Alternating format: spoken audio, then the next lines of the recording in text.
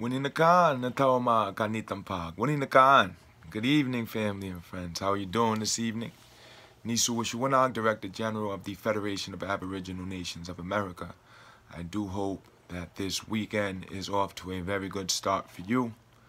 I had the very good pleasure of attending a wedding this afternoon that involved both traditional, indigenous, ceremonial aspects as well as Jewish aspects. So it was interesting. We drummed there for a Guatemalan sister who's Mayan, and she wanted to honor the land, you know, in Algonquian territory, so she invited us up there. Very nice event. Wife and I and my brother went up there, and my daughter. Very nice event. So I hope your weekend's going well. Similarly, because you know it's life and we should enjoy it if and when possible. But we do know, of course, there's lots of work. And in that accord, I wanted to just share a few thoughts tonight. We've had the opportunity over the past couple weeks through the great relationship we built with the brother Tomahawk Tony to meet and begin to build with Mr. Kerry Davis from African Americans Ain't African. Brother Tomahawk is involved as well.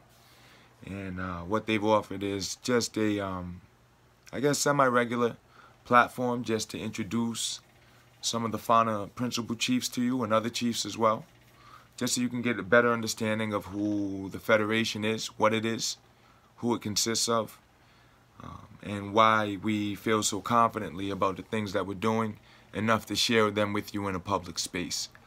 As I continue to impress upon everyone that watches any of the videos here, I'm just a mouthpiece for the institution.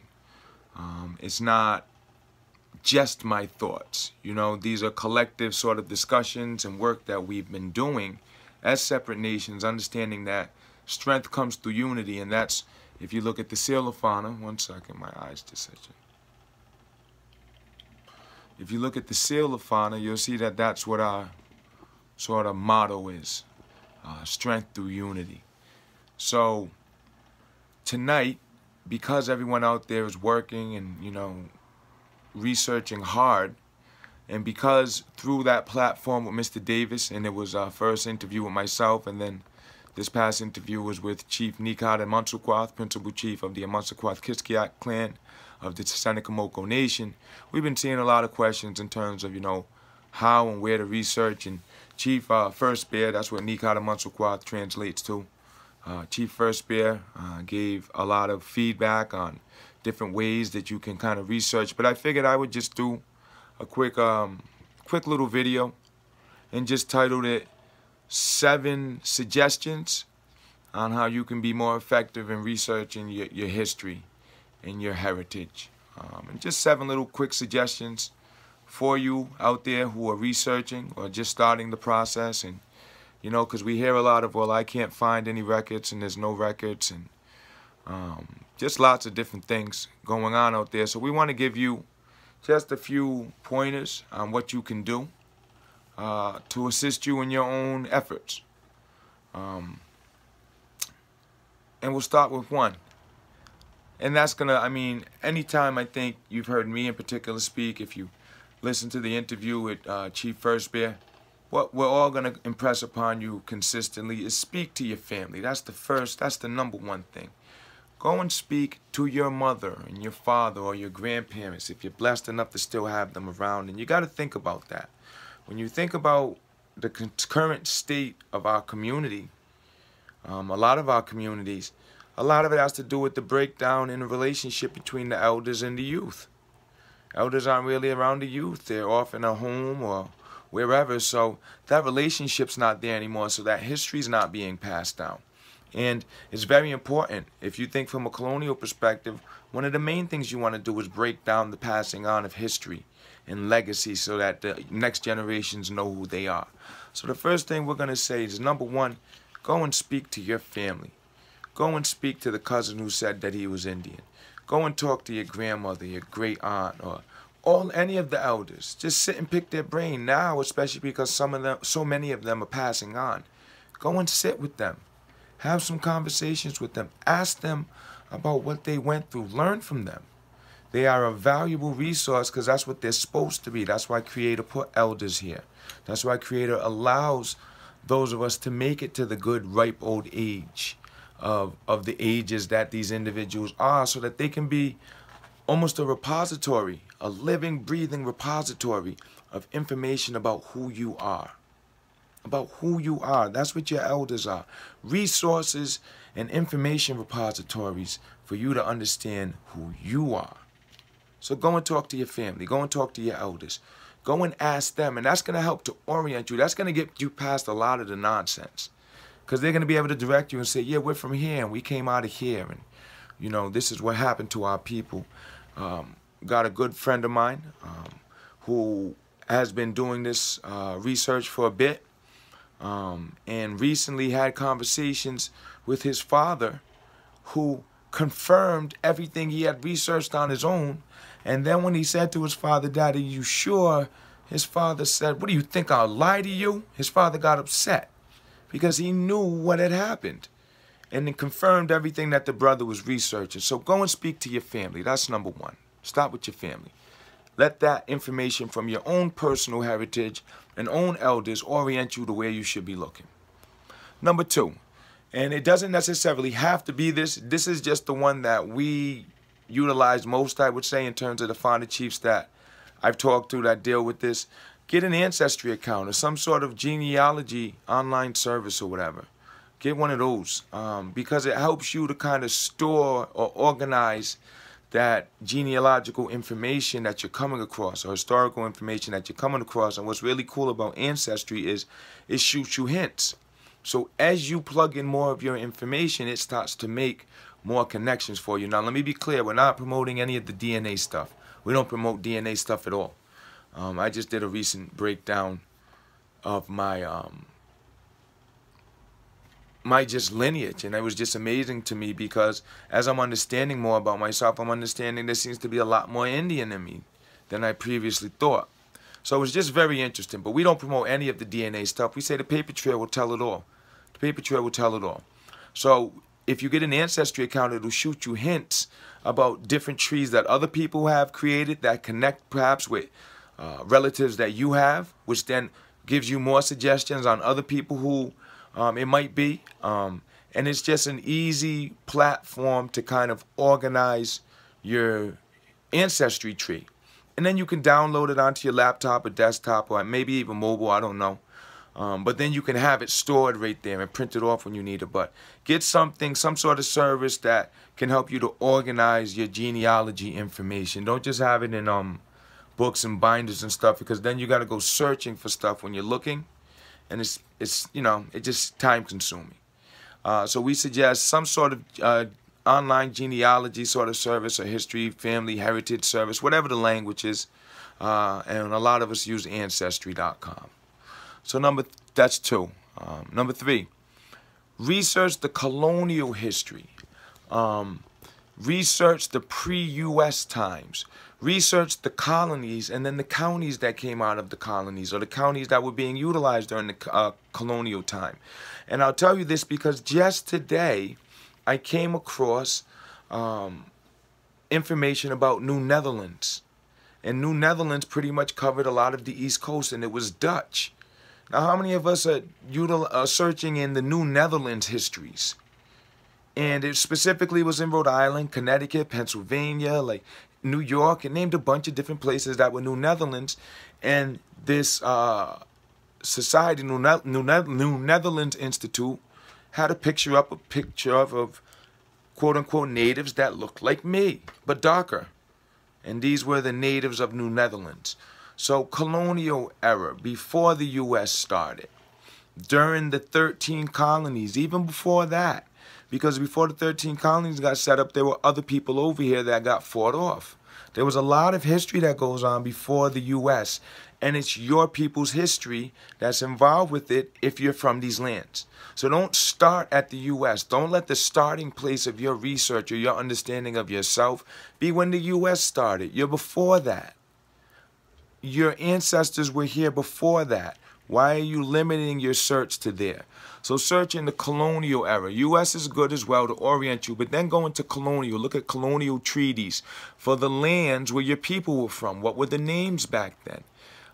Search those sorts of resources and documents in the colonial era, and that's going to take you beyond where I think a lot of people are saying they're stumped.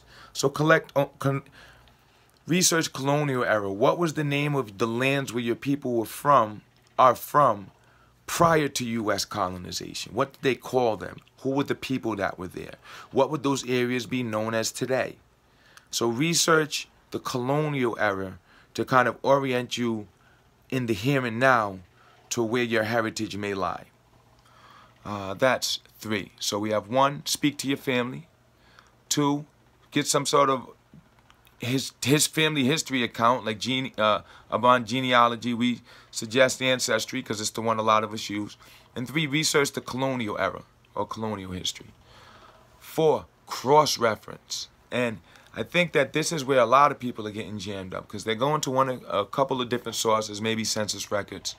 Maybe they check their birth certificate and go back and can't. And they say, well, there's nothing that we can do.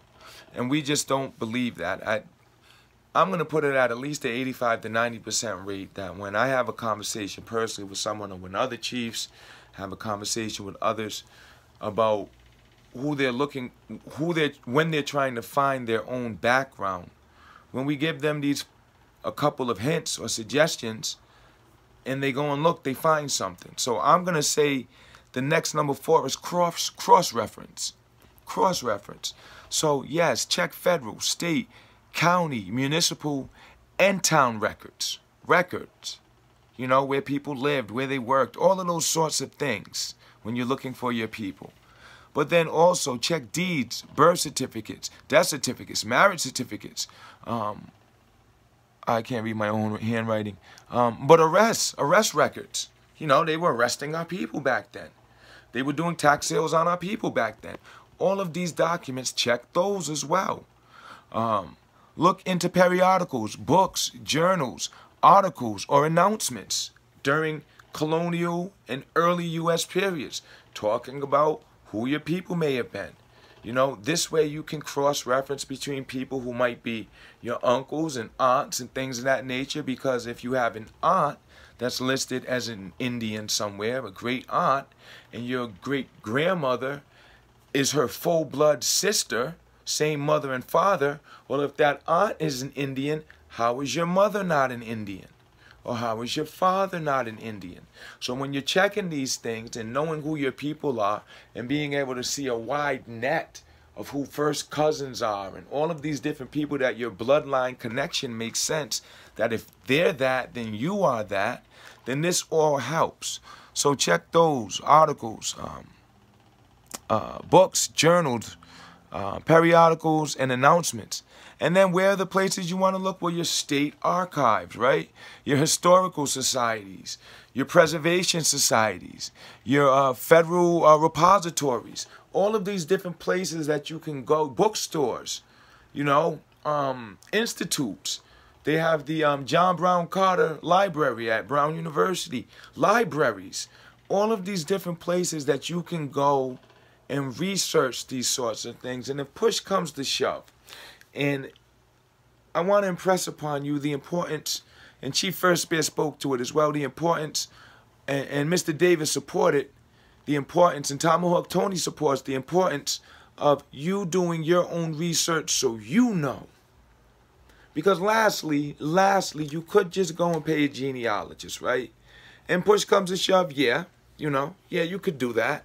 I had a woman, she's not a genealogist, but she just knows a good amount about the history of the people here, just organized my stuff for me. And when she was organizing it, she found other stuff that helped me out in my journey. So you can definitely, at the very least, go to a genealogist, but put the time and the effort in, you know, because it'll be much more fulfilling for yourself to know that you know. And there's so many different ways there that we just shared that you can go to check and know. So many different places where records are kept that you can go to check and know. So that's 4, cross-reference. Check all of these different places and all of these different locations to get as much information together about who your people are and where they come from as possible. Number 5, prioritize this. Don't just say, yeah, I'm going to do it. Schedule some time to do it. Say on a Saturday, every Saturday for the next month, from 4 to 7, I'm going to be on my Ancestry.com account. I'm going to go to this place and I'm going to sit and I'm going to go through books. I'm going to be online and I'm going to research. But from 4 to 7 on Saturday nights, evenings, I'm going to be dedicating my time to this. Prioritize it. Put it into your schedule. The same way you play NBA 2K. You know, the same way you go and get your nails done. The same way you do any of those things that are important to you because you make sure to do them on a consistent basis. Do that with your ancestry research. Treat it like it's worth something. Put it, move other things out of the way to do it. Do that. Prioritize it. Make it something that's important to you. Treat it like it's important to you. Treat it like it's a job, because the payoff is in you learning about yourself. That's what the ultimate payoff and reward is, not no paycheck. The people who have been colonizing us, giving us paychecks. The reward is you knowing who you are. Because when you know who you are, then you know how you need to operate in this system right here that is on our backs every single day. So, prioritize it. Prioritize it. Set time aside. Schedule it in. Tell other people you can't do anything during that time. Put up in your Google Calendar schedule, busy. And make it a priority to know who you are and to put the time in to do it. That's 5. And then 6 goes hand in hand with it. Commit to it. Don't just prioritize it, right? Because so many times we'll say we're going to do it and then boom, something pops up and, all right, so I'll get to it next time. And it's still there, it's still not move, I'm clear, but something's always coming up. So commit to it and follow through. Put the time in. Look, research, keep researching. Research, do it. Put the time in.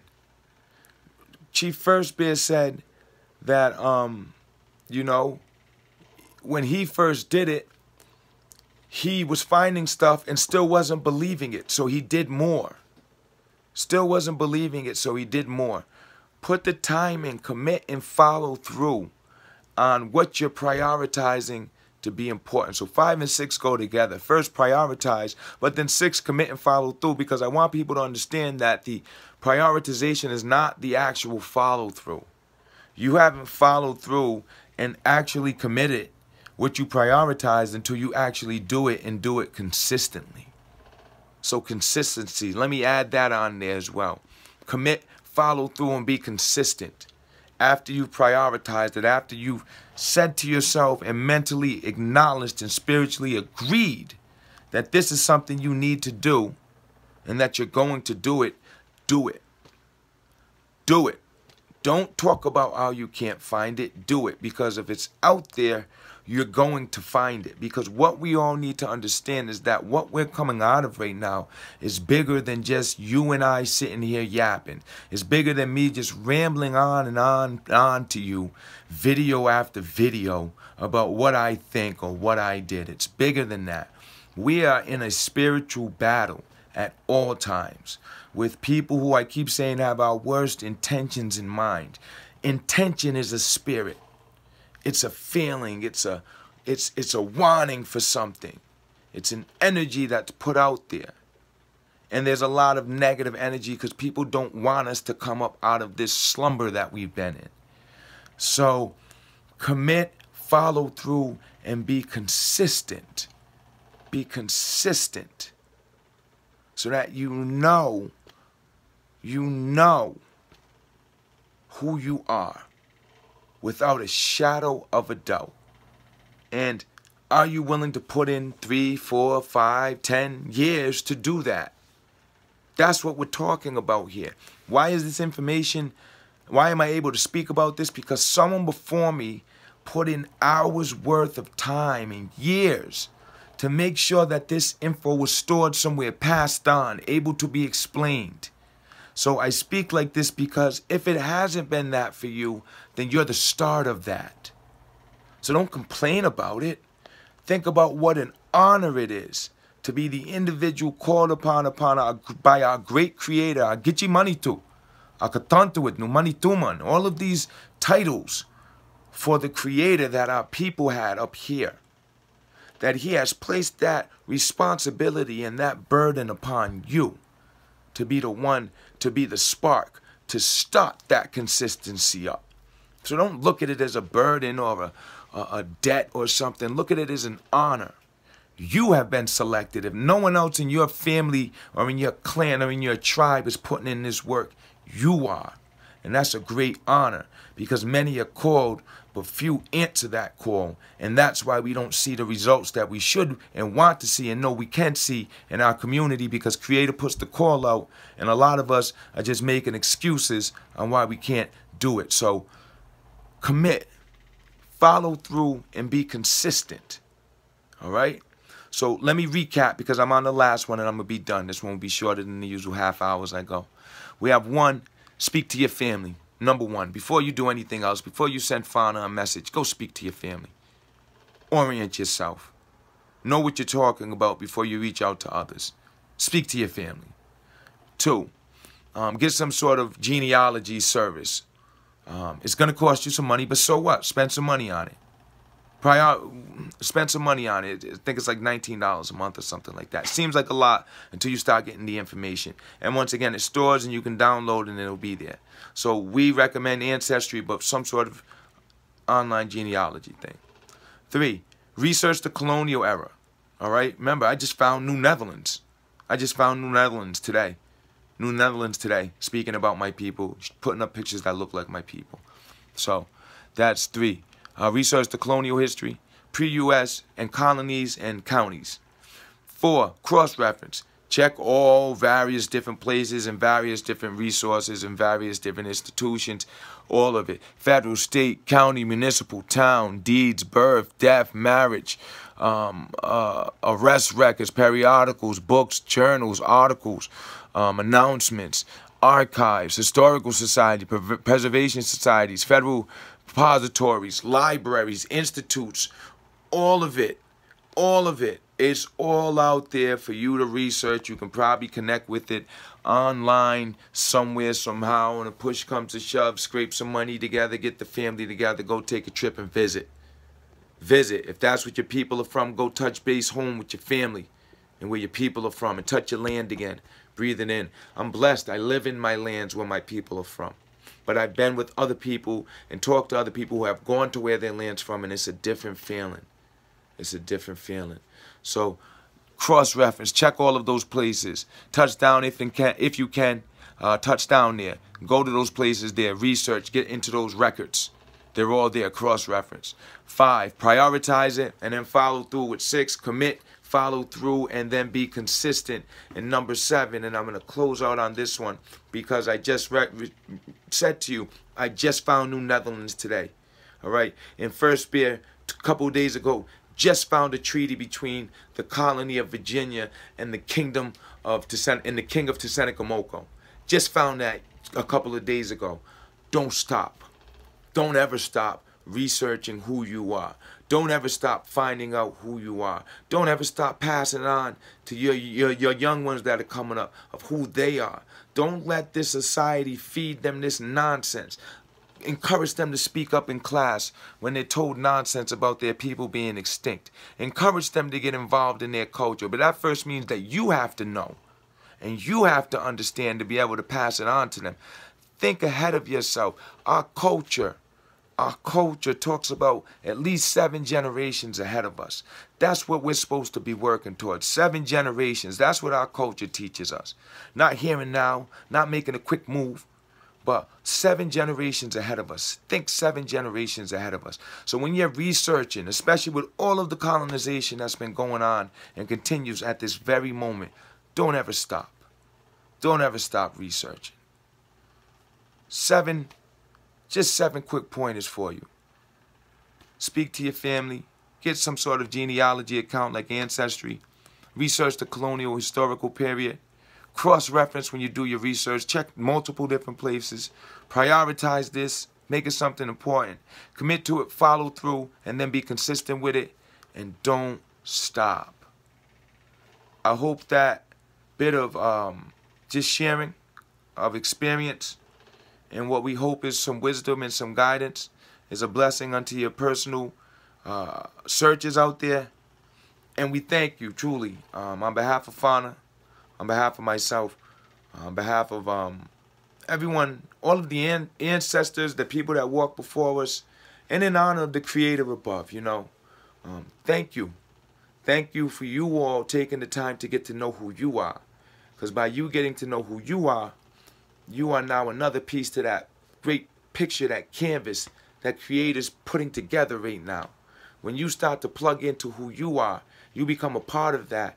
And Creator does wonderful things when we decide to get up out of our egos and start to pay attention to actually what's going on and where He's trying to direct us and guide us. So, katapatush Wushuwunoag, Wuchia Chusuta, katapatush, kapishkanash.